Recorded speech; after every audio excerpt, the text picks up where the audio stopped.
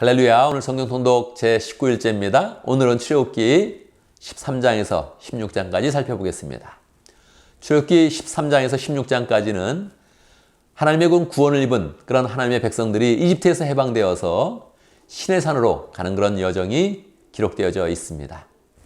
출애굽기 13장에서 하나님은 해방의 기쁨을 맞이한 이스라엘 백성에게 두 가지를 말씀하십니다. 첫 번째는 장자는 다 내 것이다, 그렇게 선언하고 있죠. 이스라엘 백성들이 이집트의 그런 장자들이 죽는 그런 가운데서 탈출을 하게 되었는데 하나님께서 장자들을 다 보호해 주셨기 때문에 이들은 다 내 것이다, 그렇게 말씀하십니다. 나중에 이 장자들은 레위 지파로 대치가 되어서 레위 지파가 하나님을 섬기는 그런 족속이 되었지요. 두 번째는 무교절을 지켜라, 그렇게 말씀하십니다.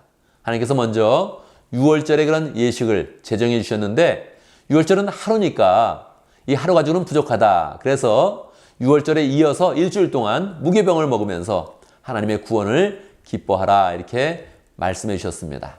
그리고 이스라엘 백성이 이제 광야를 거쳐서 시내산으로 먼저 가고 가나안 땅으로 가게 됩니다. 광야 생활을 어떻게 할 수 있을까요? 하나님께서 불기둥과 구름기둥으로 그들의 그런 삶을 보호해 주십니다. 불기둥으로 그들이 추울 때는 그들을 덮어주시고 열기로 덮어주시고, 구름기둥으로 그들이 더울 때 햇빛을 막으면서 시원하게 그들을 보호하시면서 그들과 동행하여 주셨던 것입니다. 13장에서 하나 기억할 것은 이스라엘 백성들이 나올 때 요셉의 유고를 가지고 나왔다는 것입니다. 요셉의 유언대로 이스라엘 백성은 하나님의 언약을 기억하고 요셉의 말을 기억하는 그런 가운데 요셉의 그런 유고를 가지고 나와서 그를 가나안 땅에 묻은 것입니다.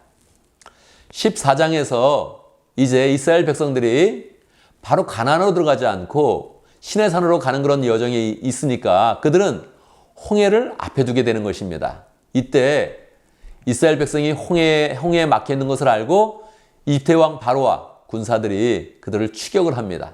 이스라엘은 큰일 나게 되었죠. 앞에는 홍해요, 뒤에는 이집트 군사가 있는 것입니다. 하나님께 부르짖을 때 하나님은 불기둥으로 그들을 인도하시다가 불기둥이 이스라엘 진과 이집트 군사들 사이에 있게 되었습니다. 불기둥이 크게 있으니까 이집트 군사들이 더 이상 추격하지 못했죠. 시간을 벌어놓고서 하나님은 동풍을 불게 하셔서 홍해를 갈라주셨습니다. 그리고 그 홍해를 마르게 하신 다음에 이스라엘 백성으로 하여금 거기를 건너게 하셨습니다. 이것은 마치 세례와 같은 것입니다. 이스라엘 백성들이 이제 이집트의 생활을 끝내고 구원받은 그런 백성으로 사는 것이죠. 우리는 죽었다 생각할 때 물을 지나면서 하나님의 구원을 경험하는 것이어서 이것은 이스라엘 백성이 홍해에서 세례를 받은 것이다, 이렇게 생각할 수 있습니다. 이스라엘 백성이 다 지나갔을 때에 이집트 군사들은 이스라엘 백성들을 바로 쫓아오게 되죠.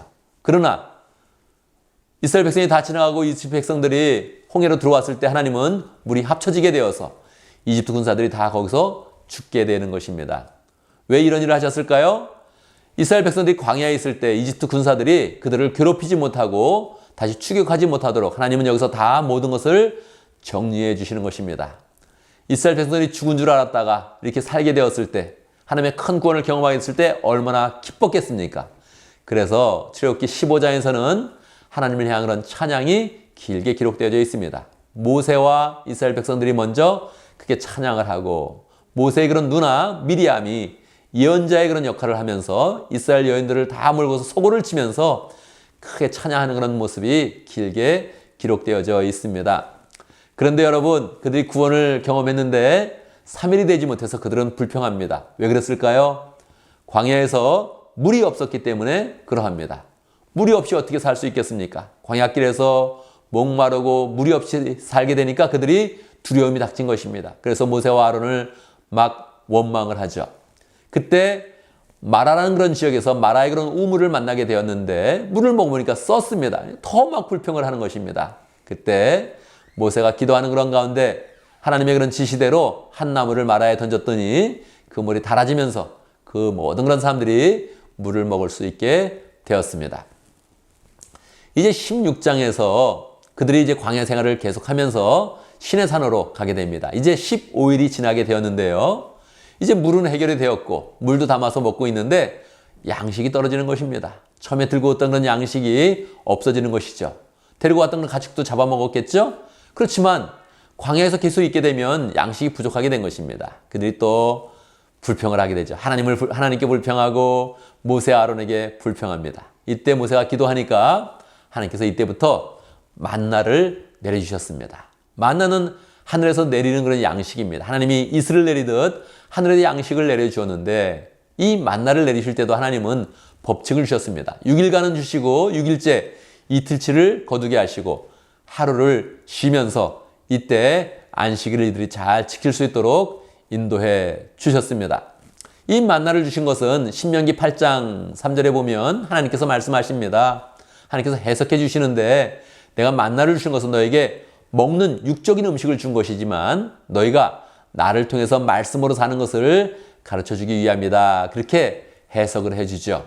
하나님은 우리의 그런 삶 가운데 필요한 것들을 늘 공급하시는데 그때마다 우리는 우리가 먹을 거, 입을 거 그렇게 가져서 좋다 이렇게 생각하는 것이 아니라 하나님이 우리의 양식이 되어주시고 우리의 축복의 근원이 되어주시고 우리의 생명의 근원이 되신다 이렇게 생각을 해야겠죠. 이스라엘 백성들은 그 어려운 그런 광야길을 가면서 하나님이 내려주시는 만나를 먹고 하나님이 또 주시는 물을 마시면서 계속적으로 하나님의 그런 공급 가운데서 가나안 땅을 향해서 한 걸음 한 걸음 나아가고 있는 것입니다. 그러나 그들은 먼저 말씀으로 변화받아야 되기 때문에 먼저 가나안으로 가는 것이 아니라 시내산으로 가서 하나님의 말씀을 받고 거기에서 교육받고 그리고 가나안 땅으로 들어가게 되는 것입니다. 감사합니다.